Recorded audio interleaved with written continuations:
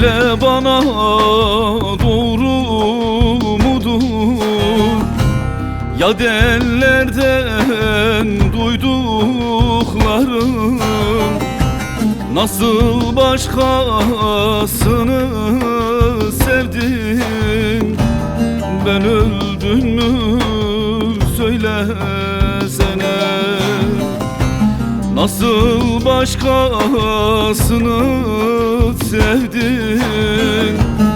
Ben öldüm mü söylesene.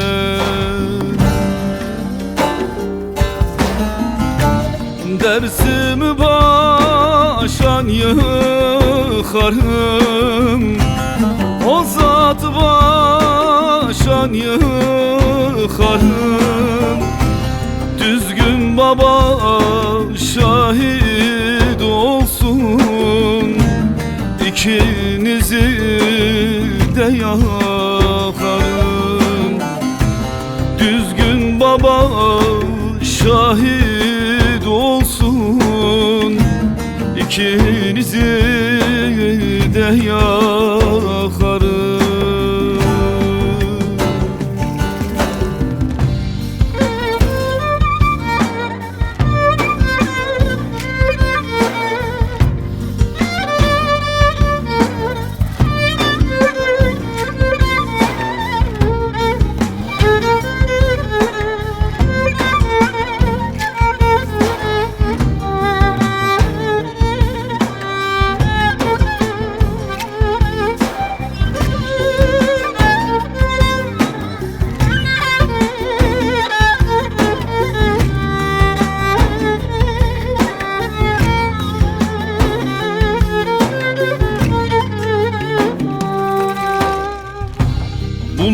Buluşurduk biz seninle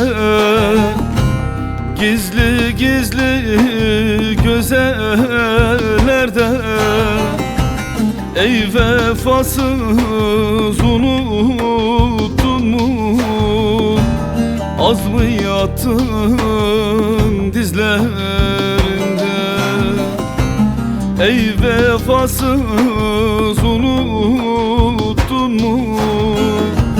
Az mı yattın dizlerinde?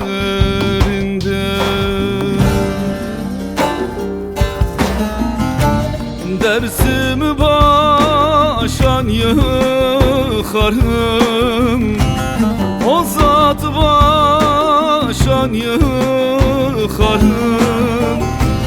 Düzgün baba şahit olsun, İkinizi de yakarım. Düzgün baba şahit olsun, İkinizi de yakarım.